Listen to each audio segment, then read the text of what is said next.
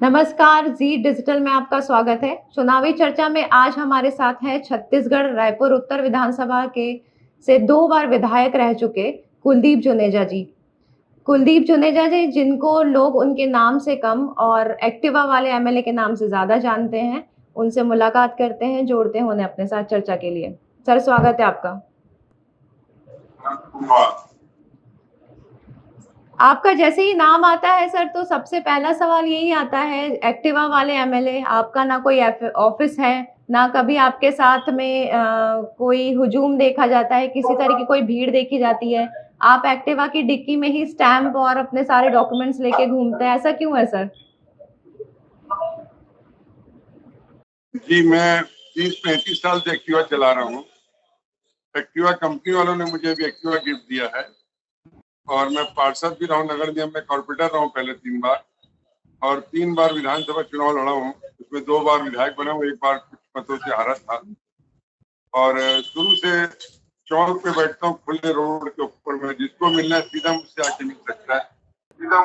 अब तो जुनेजा जी अब तो काफी साल हो चुके हैं आप विधायक हैं 2 बार के, तो क्या आपको ऑफिस की जरूरत नहीं लगती या आपको ये एक पब्लिसिटी वाला स्टंट आपको अच्छा लग रहा है? ये ऑफिस बनाऊंगा फिर एसी लगाओ फिर वो झंझट हो जाता है, पर्ची वाले मिलने वाले लफड़े सब चल जाते हैं। तो मैं ऑफिस के बाहर रोड है मेरा, पर रोड के ऊपर ही बैठता हूँ मैं, तो कोई किसी को ऑफिस में पर्ची देना मत पड़े, पर्ची देके 1 घंटा बैठना मत पड़े किसी को भी। सीधा कोई भी आके व्यक्ति, रिक्शे वाला गरीब से गरीब व्यक्ति सीधा मेरे जाके बात कर सकता है। मैं आज तक अपना कोई प्रतिनिधि नहीं बनाया कि मेरा प्रतिनिधि जाके बोले मैं मिला दूंगा ये कर दो, इसलिए मैं बनाता नहीं कुछ। चुनाव की तरफ आते हैं जुनेजा जी, चुनाव की स्ट्रैटेजी क्या है इस बार? कांग्रेस की स्ट्रैटेजी क्या है? मुद्दे क्या है? जनता के मुद्दे तो आप तक पहुंचते ही रहते हैं, आपके मुद्दे क्या है? देखिए, मुख्यमंत्री जी से बात करता हूँ मैं शुरुआत। 5 साल में जो मुख्यमंत्री जी ने यहाँ पर छत्तीसगढ़ के अंदर में काम दिया है और जो काम किया है वो काम पूरे हिंदुस्तान में कहीं किसी ने नहीं किया।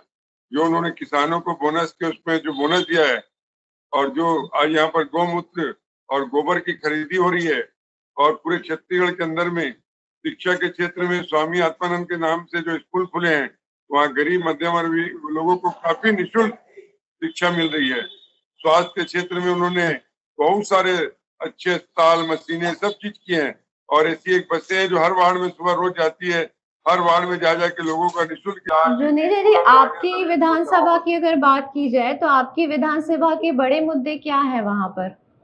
क्योंकि देखिए, मेरा विधानसभा पूरा शहरी क्षेत्र आता है, बहर पूरा शहर का क्षेत्र है और इसमें मूलभूत सुविधाओं की आवश्यकता ज्यादा पड़ती है। तो मूलभूत सुविधाओं में ही मैं कोशिश करता हूँ, क्योंकि नगर निगम में रहा हूँ पार्षद, तो आज भी मैं पार्षद के रूप में ही काम करता हूँ, लोगों के बीच में पार्षद के रूप में ही रहता हूँ। आपको अभी हाल ही में हाउसिंग बोर्ड का अध्यक्ष भी बनाया है। ये थोड़ा-सा एक अलग चीज़ वहाँ पर देखने को मिली है। चुनाव बिल्कुल ही करीब आ चुके थे, आपको कुछ दिन पहले ही अध्यक्ष बना दिया हाउसिंग बोर्ड का। इसके क्या मायने हैं? क्या आपकी टिकट कटने वाली है वहाँ से? मेरा कार्यकाल 1-1.5 महीना पहले खत्म हुआ था हाउसिंग बोर्ड का, 1.5 महीना पहले, और वो फाइल मूव हो रही थी, चल रही थी। ऑफिस से मंत्रालय में गई, फाइल पड़ी थी साइन के लिए, और भी बहुत सारे ऐसे विभाग की फाइल साइन के लिए पड़ी थी। तो सारी फाइलें जो पेंडिंग थी आचार संहिता के पहले निकल गई और सबको, तो उसमें मेरी फाइल भी निकली, मुझे वापस पुनः हाउसिंग बोर्ड का चार्ज दे दिया गया। अगर पार्टी की बात करें तो जनता वहाँ पर जो विकास कार्य हुआ है उसकी बात तो करती है, लेकिन जब छत्तीसगढ़ की राजनीति की बात आती है तो 2.5 साल वाली जो सरकार है वो देश में सभी को रटा हुआ है और वो मनमुटाव, वो खिंचाव बहुत खुलकर सामने आया था। वो मनमुटाव क्या अब ठीक हो गया है? सब मनमुटाव, कोई मनमुटाव नहीं है।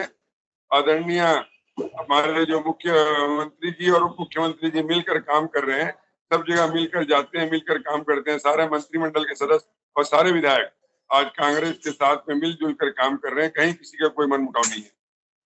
टीएस सिंहदेव जी को चुनाव से 6 महीने पहले ही ये मतलब जो चुनावी भाषा कहते हैं उसमें एक लॉलीपॉप पकड़ाना कहते हैं। तो ये 6 महीने पहले जो लॉलीपॉप पकड़ाई है, क्या उससे उनकी नाराजगी दूर हो गई है? देखिए, उप मुख्यमंत्री जी टीएस सिंहदेव जी बहुत सुलझे हुए व्यक्ति हैं, बहुत पुराने कांग्रेस के हैं वो। उन्होंने कहा है कि कुछ भी हो जाए मैं कांग्रेस से कहीं कोई बात ही नहीं कर सकता। जो पार्टी हाईकमान ने निर्णय लिया है उसको मानता हूँ और आगे भी मानूंगा। क्योंकि उस वक्त उनकी नाराजगी बहुत ज्यादा थी, दिल्ली में आके बैठे हुए थे वो, उसके बाद में निर्णय ले लिया गया।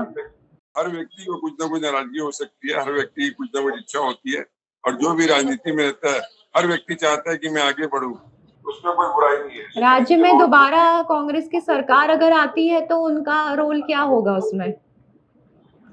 देखिए, कांग्रेस की सरकार आएगी तो मुख्यमंत्री आदरणीय टी.एस. सिद्धू जी ओपन मंच पर बोल चुके हैं कि जिसके नेतृत्व में सरकार आएगी, जिसके नेतृत्व में सरकार चुनाव लड़ेंगे, वापस मुख्यमंत्री होंगे, ऐसा टी.एस. सिद्धू जी बोल चुके हैं। लेकिन इसके बावजूद भी मेरा व्यक्तिगत कहना है कि हाईकमान भी जो निर्णय करेगा वो आदरणीय भूपेश बघेल जी को और टी सिद्धू जी को मंजूर होगा। अगर राज्य में भाजपा की बात करूं जुनेजा जी, तो आपको क्या लगता है भाजपा की स्थिति वहां पर क्या है? कौन से ऐसे बड़े नेता, बड़े चेहरे हैं जो कांग्रेस के लिए आपको वहां पर खतरा लग रहा है? भारतीय जनता पार्टी के पास अब की मेरे ख्याल से कोई चेहरा ऐसा बचा नहीं है। उनके पास कोई मुख्यमंत्री का चेहरा भी नहीं बचा है। इसीलिए वो ऐसा कर रहे हैं कि मोदी के नाम से चुनाव लड़ने की कोशिश कर रहे हैं, मोदी जी के नाम से, लेकिन अब संभव नहीं है। और मुख्यमंत्री का चेहरा तो कांग्रेस के पास भी एक ही है वहां पर। जी, मुख्यमंत्री के चेहरे की अगर बात करें तो कांग्रेस पार्टी के पास भी एक ही चेहरा है वहां पर। देखिए, अभी जिनके नेतृत्व में चुनाव लड़ते हैं वो चेहरा तो रहता है, और उन्होंने ऐसा काम किया, पूरे देश में छत्तीसगढ़ को प्रथम स्थान मिला है, हर क्षेत्र में, हर कार्य में जहां पर भी रहे। आज की तारीख में मुख्यमंत्री जी हैं भूपेश बघेल जी, तो हर व्यक्ति ये चाहता है कि उनके उसमें नेतृत्व में चुनाव लड़ रहे हैं, और उनके नेतृत्व में आज जो 68 सीट थी वो 70 से 71 हुई, तो उससे भी ऊपर प्लस की बात कर रहे हैं पूरे कांग्रेस जन, सारे लोग। भाजपा की बात मैं कर रही थी इस समय। आपको वहां पर भाजपा के कौन से ऐसे नेता है जिनसे खतरा दिखाई दे रहा है? भारतीय जनता पार्टी का बेस अब नहीं रहा छत्तीसगढ़ में, कोई भी ऐसे नेता नहीं जिससे खतरा हो, लेकिन इसके बावजूद भी चुनाव चुनाव रहता है। चुनाव को चुनाव समान, किसी को भी कमजोर समझ के चुनाव किसी भी कैंडिडेट को नहीं लड़ना चाहिए। कोई भी कैंडिडेट अगर समझेगा और कॉन्फिडेंस में रहे या चुनाव कमजोर समझ के लड़े, तो मेरे हिसाब से ठीक नहीं है। कोई भी चुनाव आएगा, जो भी आएगा, तो चुनाव को चुनाव समान लड़ना चाहिए। कांग्रेस की सर्वे रिपोर्ट की बात हो रही है तो उसमें ऐसे कयास लगाए जा रहे हैं, कई ऐसे विधायक हैं जिनकी टिकट कटने की चर्चा है, उसमें आपका भी नाम लग रहा है आपको? अगर पार्टी का ऐसा लगता होगा कि मैं हारने वाला व्यक्ति हूँ या मैं हार सकता हूँ, तो पार्टी जो भी निर्णय लेगी मैं मानूंगा। क्योंकि ये सवाल सर खड़ा इसलिए हो रहा है कि कुछ ही दिन पहले हाउसिंग बोर्ड का अध्यक्ष बना दिया है, और चुनाव तो बिल्कुल सर पे थे, जबकि इस समय तो कांग्रेस की लिस्ट आने का इंतजार लोग कर रहे थे। भाजपा तो अपनी 3 लिस्ट 4 लिस्ट लेकर आ चुकी है। जो पार्टी ने जो जवाबदारी दी है और आगे भी जो जवाबदारी देगी उसका पालन करूंगा। आप जनता से कुछ कहना चाहेंगे? जनता से, जनता ने 5 साल मेरे काम को देखा है, प्रदेश में मुखिया हमारे मुख्यमंत्री भूपेश बघेल जी को काम देखा है, तो आपने जो हमारे पर विश्वास किया है, आगे भी आप हमारे पर विश्वास करिए। आपको मुख्यमंत्री जी इससे अच्छा शासन प्रशासन देंगे, मैं ये कहना चाहता जी न्यूज के साथ जुड़ने के लिए बहुत शुक्रिया। फिलहाल इतना ही, दोबारा मुलाकात होगी। नमस्कार। हूँ। न्यूज़ के सभी दर्शकों को मेरा नमस्कार।